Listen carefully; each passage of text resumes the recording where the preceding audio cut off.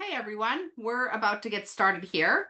Just getting us online. Daniel is joining us, which, yay, there he is.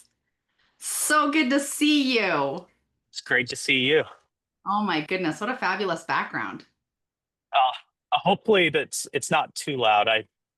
I'm in Louisville, just outside of the iHeartMedia radio station, I and love it. So got an awesome. interview here in an hour. So Okay, I love this. So let me go ahead and live stream this so we can get going. Really excited to have you here. You guys, I'm super excited about what we're doing here. And you get to meet Daniel. And we're going to talk a little bit about how we actually met and the really cool stuff that he does, which is truly mind blowing, quite literally. So let me go ahead and we're live streaming now on Facebook. We're live streaming on TikTok. Okay, hold on. Present. Okay, it started. Here we go. And share. Oops, it's not what I wanted to share. Hold on. Having some technical difficulties. Okay, beautiful. Do you see my screen? yes, Okay, I love that. So I'm super excited that we are here and with my fabulous friend Daniel. And we are talking about building family first wealth that actually lasts, which is really important. And on a twist, that's really, really cool that I'm really excited that he's going to share with us and his whole journey about creating this, inside of his life. So, one of the things that we're talking about, I love to talk to entrepreneurs, is because I feel like it's the American dream, right? And Daniel, you and I connected several months ago when we were at the Hope Makers event. And yeah, you actually did something so unbelievably cool that I still can't stop thinking about it with the fork. Right? Which was super cool. So, um, given that, Titan Impact Group, Titan is being the sentinels of the American dream, right? And whatever the American dream is for people. So, I would love for you to share with our audience, like, your version of the American dream, because I think it's super cool and way unique.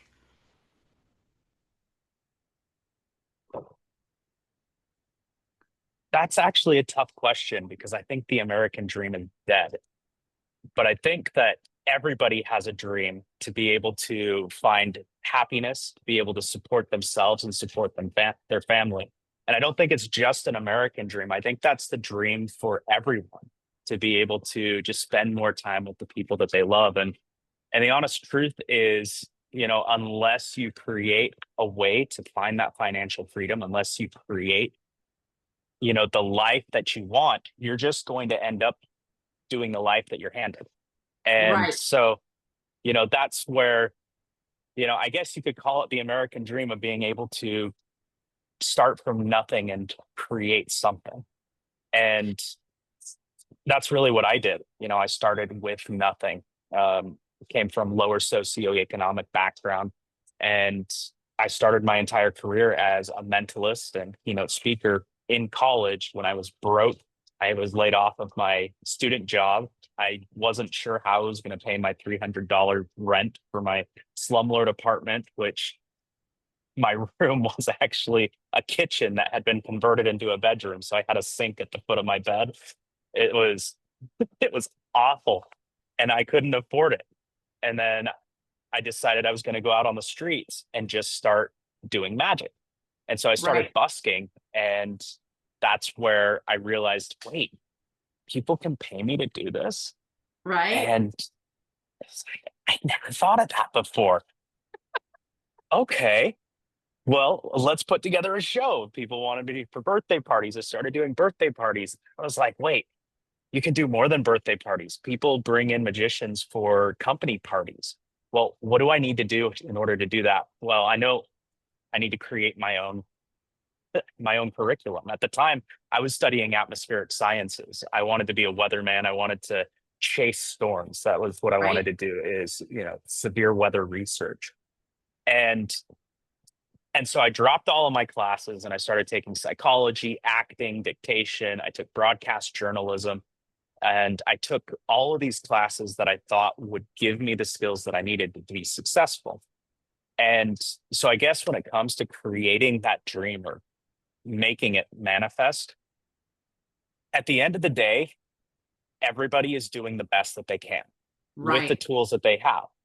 And so if you're not where you want to be and you are doing the best that you can, then the question is, what additional tools do you need to get to where you want to go? And for me Right. at that time, it was taking additional classes. And then when my student loans got cut off, it was like, who can teach me? And so then I flew to Costa Rica and I trained with David Hiram. And then during the pandemic, I want to get better at speaking. And so Les Brown was taking on students. And so I was able to Okay, mentor with you Les got Brown. trained by Les Brown. Yes, Like, I did. how extraordinary that had to be. It was cool. It was in the pandemic, so we did it all virtually, but every single week, being able to sit at his feet and learn and then be able to get critiqued and have all of my stuff, tweaked. It taught me how to mine the stories from my life. And so I don't just use that for my keynote speaking, I use that in every single magic show. And it taught me a skill to where I have this database of stories that I've created from my life. And then each one can make 5 or 6 different points, because this is the way Les Brown teaches you, is you never make a point without a story, and you never tell a story without a point.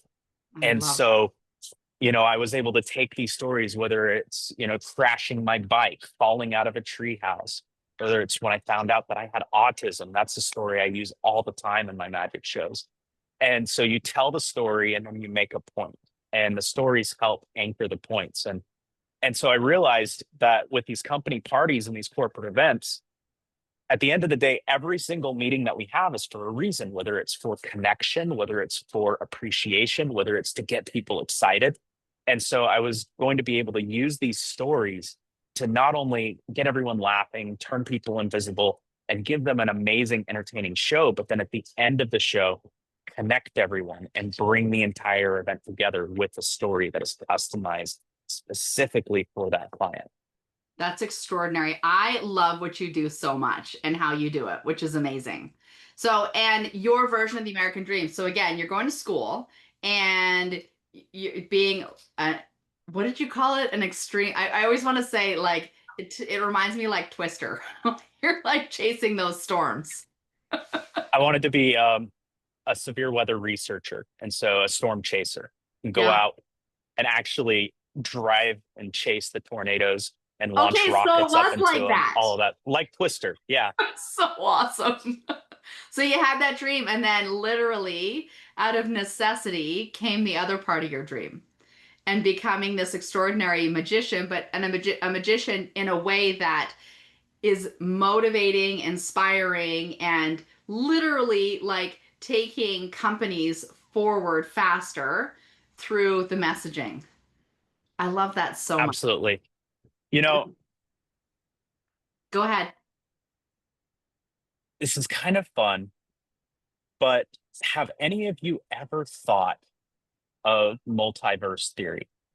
This idea that there are other universes and other multiverses, and every decision that you make, your life could have gone this way or it could have gone that way. Right? And in some universe, that's happening. Yes.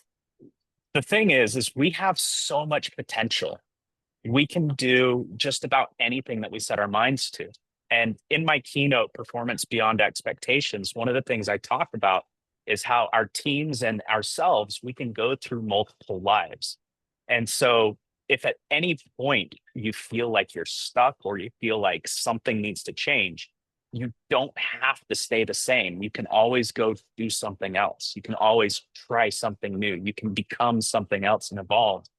And throughout my life, you know, I, I was studying, first off, I was studying pre-med. I thought I was going to be an epidemiologist. And then in Wow. college, I ended up switching to atmospheric sciences. I've worked at pizza places. I've been a personal chef. I got a certificate in electronics, so I can do electronic stuff. And there's just like so many of these little different things that led me to where I'm at now. And every single one was fun. I miss making pizzas at Papa John's. It was fun. It's not what I wanted to do for the rest of my life, but it But was you had fun fun and doing it. tactile. I liked Yes. doing it. And and so the thing is that it's okay to have multiple lives. For the last 10 years, no, the last almost 15 years, I've been a magician and mentalist. And now I'm doing a lot more keynote speaking. And probably in the next 5, 10 years, it's going to shift more into the keynote speaking. And I'll still do the magic. That's never going to go away. But the way that your life is right now doesn't have to be the way that it always is. And Right. as we learn and as we grow and as we evolve, I think it's okay to embrace the change. And and so I always like to make long-term plans of like, this is where I want to be in 1 year, in 2 years, in 5 years, in 10 years. But it gets progressively more blurry the further out I go because I hold on to that 1 year plan. And it's like, this is where I will be in 1 year. But then, 2 years, 5 years, 10 years, things could change. AI could change, the Right. world could change. I could change. And so I just like having a direction that I'm going, but then always keeping my options open and always seeing what's out there and what would Yep. be next. Yep. So I love that because here's the thing that I love this. I love your story so much because it literally is exactly what I talk about inside of investing, right? Like how many people, the days are gone where you get a good education, you get a good job, and you're there for the rest of your life. Like it's just not going to happen. And the fact that you gave yourself permission to um, explore and try all these different things until you found the thing that's making your heart sing right now and it's continuing to evolve. Well, investing is the exact same way, right? Like I always tell people, go into each type of investment different, and of course I'm in real estate, so do the different aspects of real estate investing, go full cycle on each one, go through the process of the self-analysis so that you can figure out what worked, what didn't work, what you liked, and then go on to the next one, full cycle, keep going, going, going, going, going. And by doing that, what you're left with at the end is literally, what makes your heart sing. So for me, from doing buy and hold, fix and flip, wholesaling, residential ground up, commercial ground up, Airbnbs, like all the things, I like being the bank and renting dirt. Those are my things, right? But it was because I gave myself permission. You have created this beautiful life for yourself based on giving yourself permission, right? So when it comes to, building wealth, creating that, it's like I feel like it's hold on to the vision but let go of the picture, right? Just Absolutely. Yeah. know what your goal is at the end, which is so important. So let's talk about why people stay stuck. Because I feel like you have like catapulted over that and people could learn from you. Well, there was this meme that I read recently, and they were making fun of Gen Zs. And so I don't think they intended for it to be insightful. I think they were just trying to make fun of them. But Right. the situation, the context is that the company is cutting back and they're scaling back and they're laying people off because they're trying to cut costs. And then this Gen Z intern reaches out and says, have we just tried increasing revenue? And and it's funny, but at the same time, a lot of times we get so stuck with our past successes. This thing has been working. We must Yes. keep doing this thing. And it becomes a Yes. limitation today. And as the world changes, maybe it's not working as well as it used to be. And so, first gut reaction is we got to cut costs. We got to scale back, because this thing works. It's proven to work. But if you just go, have we tried increasing revenue? What are some of the ways of doing that? Well, if the world's changing, maybe we need to change too. And Right. so the framework that I teach is to ask what if first off. Because if you're stuck, that's your reality. This is what you're seeing. You have all of the tools that Right. you have. You know, You can't magically create more tools. And so if you're stuck, you're stuck. And so this is where we start asking the what if questions. So I Well, love that because when you ask better questions, you get better answers. And I love the what if. So, okay, so what if? What if what? what if there's another tool that I need? What if I can learn something new? What if, if we're talking innovation, for instance, what if we tried the product this way instead of this way? What if we had a better onboarding experience? What if, if we're talking about our own personal life, what if I don't have to stay in a job that pays 60,000 a year? What if I could make 100,000? What if I could make 250,000? What if I made 1 million a year? What would that look like? What would I do with it? How would I feel? And and so asking these questions, what they do is they break the bounds of your reality. They start Right? shattering the frame so that you can start seeing more options. And when you are stuck, the only way you can get unstuck is by asking questions you've never asked before. And Right. then so what I teach is to ask what if, and then after you've asked what if, you explore what's possible. Because once you Right. start getting these ideas, now you start exploring them. You test feasibility. Well, if I wanted to be 1 million, what if I was a millionaire? Okay, so what would I have to be doing? Well, we have to have multiple streams of income, which is what you teach people how to do. Yep. And, what if I create a new revenue stream? What if I do this? And so anytime you get stuck, even when you're exploring, you go back to the what if questions. And so as you explore what's possible, pretty soon you develop a roadmap. And this is a roadmap that you've never traveled before. So it's going to be exciting. It'll either work or it won't work. But the only way you can tell is step 3, to go all in. Yep. And and so I teach that you go all in and you have to set stakes and you have to really give it a go. For me, there was a period where my life wasn't working. And it was right as the pandemic was hitting. I had just gotten divorced. All of my gigs got canceled. I was severely depressed and it felt like my entire world had just fallen apart and I didn't want to keep going anymore. And so Right. I asked for help. I checked myself into a facility. And then for about a month, I was like, I shouldn't have checked myself in. And then finally, I was like, okay, I will give it a year. I will give myself a year to do everything that I can to make my life better. And then if it's not better, I can always just stop. And they did, they kept me for another 3 weeks. And then they realized, okay, this is the best we're getting. But I held to that. I made a commitment that I was going to go all in and explore what was possible for an entire year. And that's the year where I challenged the beliefs that I grew up in. I challenged the religion, which was a really extreme fundamentalist religion that I grew up in. And I challenged my entire world vision. And then I had the opportunity to train with Les Brown, and I said yes to that. I started studying Stoicism. For the entire year, I tried everything. And I gave it my all, and I had no clue how much it was going to change my life because at the end Right. of that year, I was a completely different person.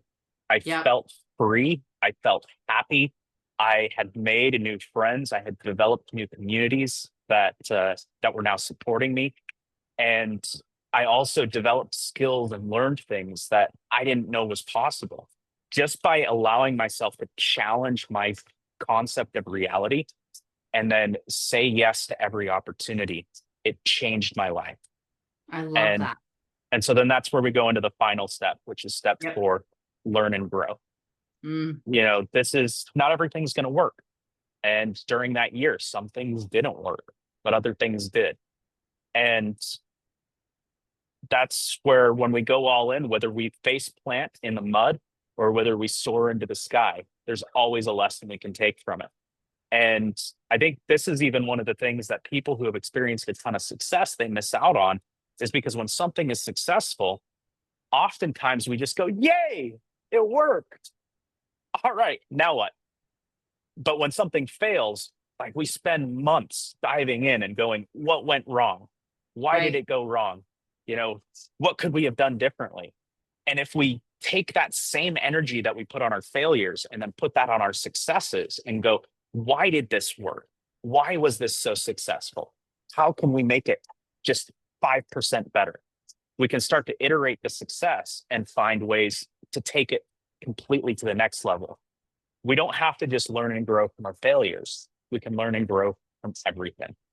Right. And it's the whole like, I love the 5%. So I go from a 1%. If we're 1% better every single day at the end of 1 year, that's 365%, right? Just one teeny tiny baby step every day. By the time you get to the end of the year, you've taken 365 baby steps, which get you miles down the road, right? It's so, so critical. I absolutely love what you're sharing and what you're doing. Let's go ahead and keep moving forward with this because yeah, I know you got to go and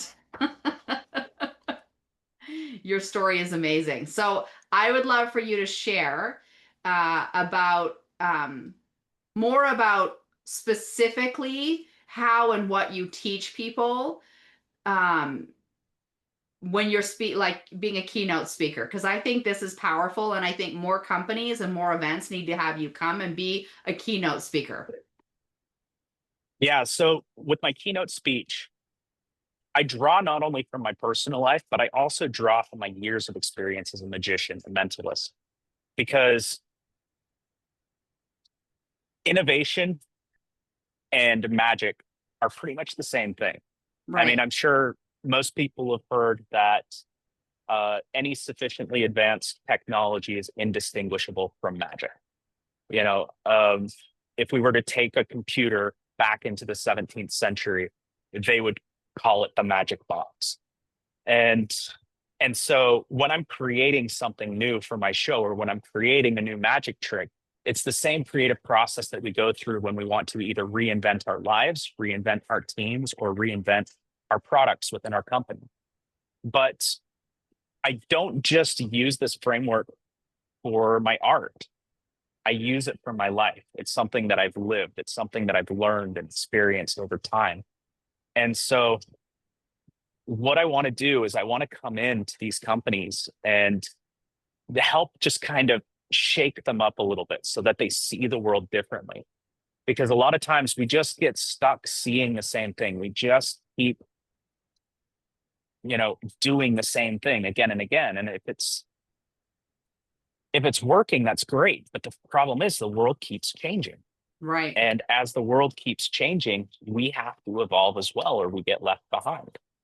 And and so we can look at lots of companies that have failed on this. We've got BlackBerry, who thought that the iPhone was a gimmick. We've got Right. Blockbuster, who had the opportunity to buy Netflix, and they didn't. And Netflix put them out of business. Right. Um, I think they had an opportunity with Redbox too, but then even Redbox, they had something incredibly successful and they failed to pivot. Even Redbox is gone. Um, I think, what was it? Was it Kodak? I think Yep. Kodak actually created the digital camera and then they buried it because they're like, no, film is much better. And then years later, it was created again. And then even then, they got Yeah. left Same with behind. Yahoo. Yeah. So many of these Ask different companies. Jeeves. Yep. Ask. Yep. Again. And and so then that's the thing. I mean, it's happening with Apple right now. Right. Apple is constantly getting left behind by Android, Samsung, all of these other phone companies. And at the beginning, Apple was at the peak of innovation. They created the iPhone, they created the smartphone, the touch screen, all of this stuff. Like, having the keyboard on the touch screen was, they were at the peak of innovation and it worked. But then after a while, they're like, well, this is so successful. We don't want to mess with it because what if we change it and then they don't like it and we lose Right. people? Right. And so, we look at the phones and they add a button, or, they change the design. Oh, now the icons are clear and they're a little bit more rounded. And now they're adding features that other phones have had for 2 or 3 years. And at this point, Apple has fallen behind because that past success became a present limitation.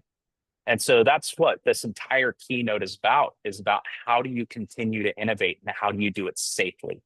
Because it's one thing to say yes, we need to innovate, but if you don't do it safely, if you just throw everything that's working in the trash and then you fail, you mess up your company.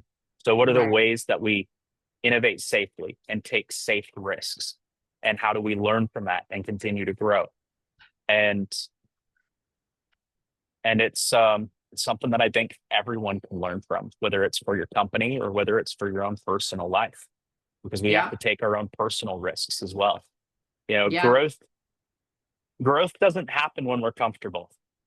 It Right. only happens when we are uncomfortable. Yes. And that's where the muscle is developed. I always told my twins the story of the caterpillar that, the caterpillar was in the little container, and eventually it started building a cocoon and the chrysalis and everything, and the little boy watched and watched and watched, and it didn't do anything. And eventually, as it's in the chrysalis, it's literally started wiggling, wiggling, and it saw that it was struggling and he couldn't handle watching it struggle. So he took something and like helped cut open, the little cocoon. And then eventually a butterfly emerged. He helped it out. But the problem is now the butterfly couldn't fly because it was only inside of the struggle of getting out of that situation that it developed the muscle to be able to fly, right? So what if we Yeah, saw the struggles that we're actually in the middle of as it's us helping us develop the muscle so that eventually when we're on the other side we can fly, like you taking that year, right? Now look at you. You're flying, right? So taking those yeah. small baby steps is a critical piece. And like you said, like you do your goals, would you say 1 year, 2 year? 5 years and 10 years. Yeah, I do 1, 3, 1, 3, 5, and 10. So it's the same. And again, it's that, like you said, it gets blurrier the farther it is. However, it as you get closer, it will get clearer, right? So it's be okay with feeling confronted, be okay and get comfortable with being uncomfortable. Because for me, like it's only inside of the being uncomfortable that's where all this stuff came from. Like when my husband, died, I mean, the grief was horrific. However, I leaned into it, and it was inside of leaning into it and literally being um, like taking a self-analysis of what was going on, that's what came out the other side is literally my company and my nonprofits and the books and all the things that I'm doing. But I had to lean into the pain, right? Like you had to lean into your pain, into being uncomfortable, into questioning your family, your religion, your beliefs, like all the things, which are really, really powerful. So I want to give everybody permission, just like you and I gave ourselves permission to lean in and to explore what that is and watch what comes out the other side, right? Absolutely. The Yeah, truth is, all we have is today. This is right, something that we teach in Stoicism, is whatever happened in the past, it's in the past. And right. so if we're holding on to pain in the past, that's holding us back. We can't go back and change it, whether it happened 10 years ago, 20 years ago, or if it just happened 5 minutes ago. We can't change what happened in the past. C.S. Lewis has a great quote: "You can't go back and change the past, but you can start where you are and change the ending." But Yeah. even then, Hold on, say that again. That was beautiful. you can't go back and change the past, but you can start where you are and change the ending. That's genius. And it's C.S. Lewis. I I wish I love could take it. credit for it, but that's one of my favorite quotes. And even then, though, the future is never guaranteed. I mean, Right. we never know what could happen. Like we could end up in a car accident, or we could crash or Yep. something. Like, Yep. never know what's going to happen. And so all we really have is today. So what is it that I can be doing today? And what can I be doing, you know, to not just be driving towards that future, but to enjoy the drive as we're driving it. Right. Enjoy the journey. Because the happiness isn't in the destination, it really is in the journey along the way, which is really extraordinary. And again, your journey is pretty magical, quite literally. Yeah. So, for people wanting to move forward, whether it's investing or in a career or anything like that, it's like what I hear from you. It's like granting yourself grace, no judgment, being open minded, asking brilliant what if questions, and keep asking what if and bigger what if. Which actually, I wanted to share this with you because this triggered this when you just said this. Is I have this sitting in my office, and this is one of my favorites. I think you'll appreciate this. So it says, it's a little poem. It's My Wage by J.B. Rittenhouse. It says, I bargained with life for a penny, and life would pay no more.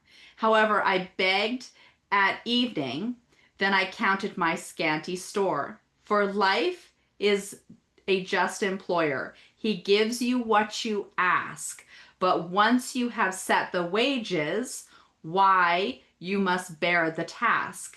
I worked for a menial hire, only to learn dismay that any wage I had asked of life, life would have willingly paid. Like that was so profound for me. I remember the first time I heard it. It was one of my mentors, Aaron Young, actually read. He has memorized this and said it every time where he speaks. He says this, and it was so profound. Like, what if we asked for more?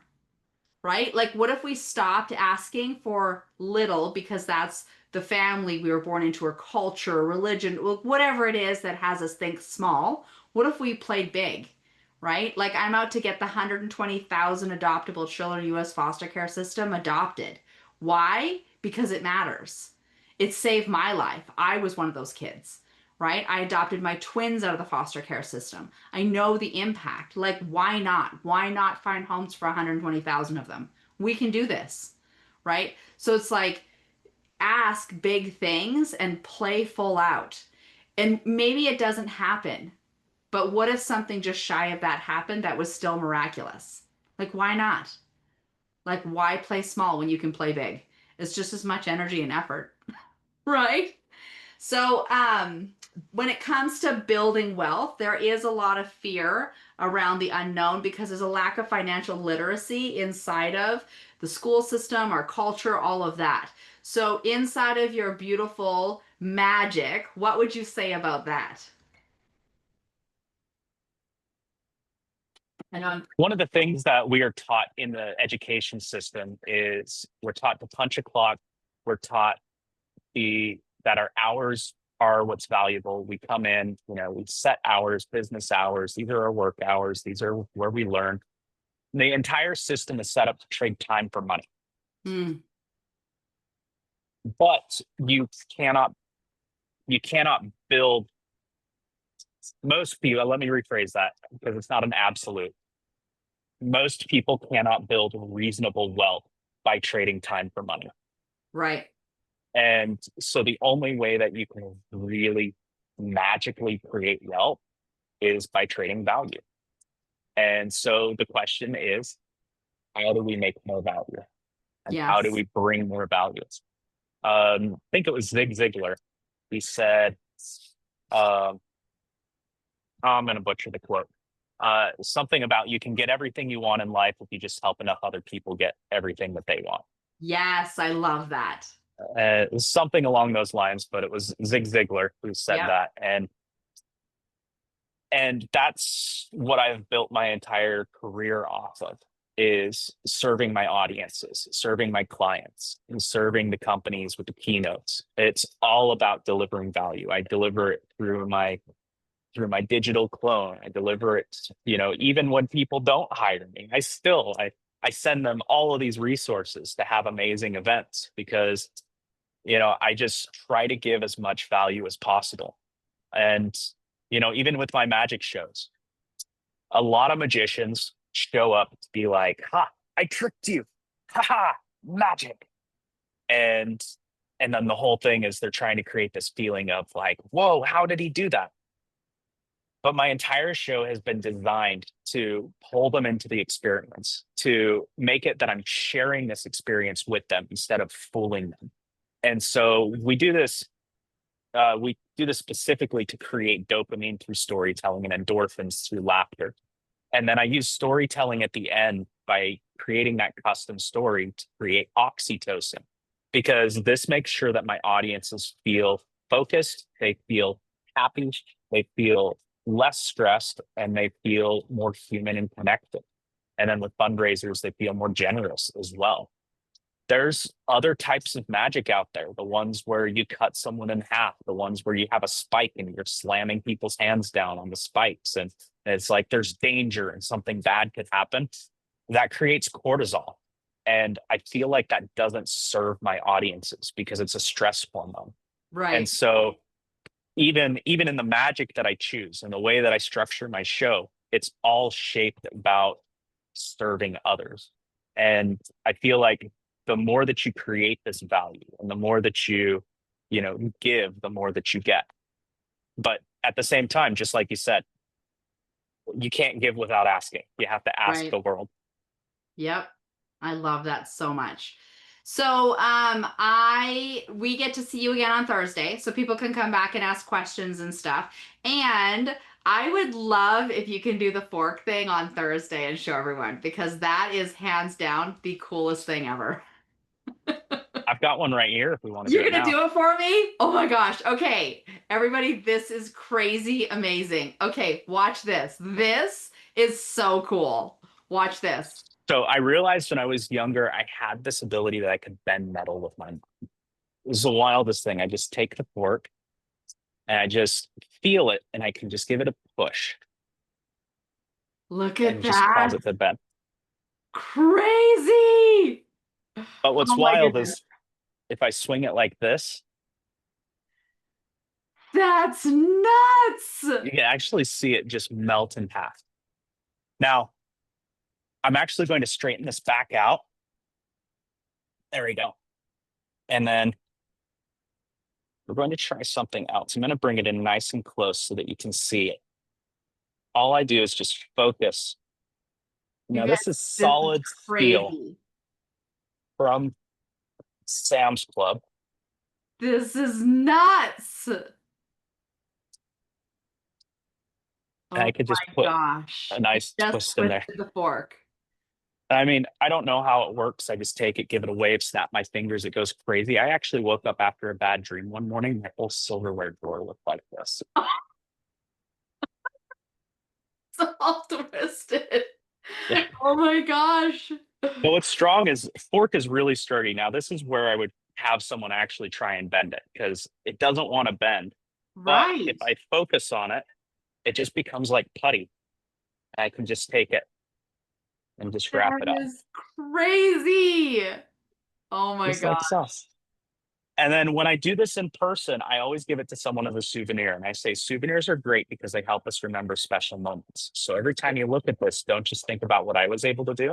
I want you to remember how special you are and everything you're able to do. Oh, I love that. Oh my gosh. Okay, this is hands down the coolest thing. So, again, I think that I love what you do inside of your message and coming and being a keynote speaker for events, for company events, for corporate events, for all the events, for nonprofit fundraisers, things like that. How can people get a hold of you? You can visit my website, shapermagic.com, or you can actually talk to my AI digital clone, which is just danielschaffer.ai. It's just my first and last name.ai. Either one of those works. Or if you want to give me an email, it's daniel@shapermagic.com. And So my awesome. assistant will reach out and respond to you. So you're going to be back on Thursday so people can ask questions. We're going to talk more about this. And I know you got to go. So thank you. This is amazing. You are one extraordinary human being. I always love our conversations. Absolutely. Thanks so much for having me on. Absolutely. We'll see you on Thursday and good luck with your interview. All right. Thanks. We'll see you. Okay. Bye bye. Bye.